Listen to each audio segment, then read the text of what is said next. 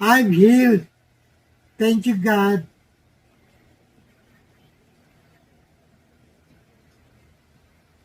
Last 2025, I survived all my BIR reports and financial documents. Thank you, Lord, for my family and friends, especially Anna for achieving so much in school. And also SB19, I watched their concert. Last 2025, my biggest achievement was that I won a gold medal in journalism. Wow!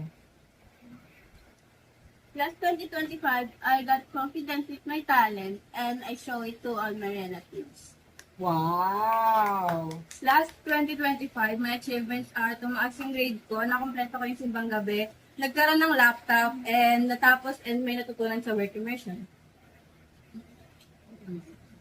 Last 2025, I bought a new laptop kasi binigay ko na nga yung laptop ko sa kanina. And I let go of the people who don't appreciate me. Yay! Last 2025, I survived even when giving up was the easiest option. Nice!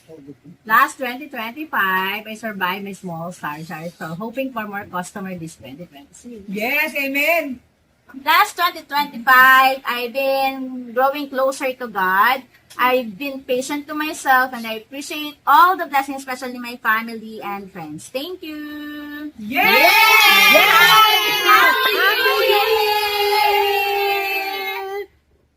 Happy New Year!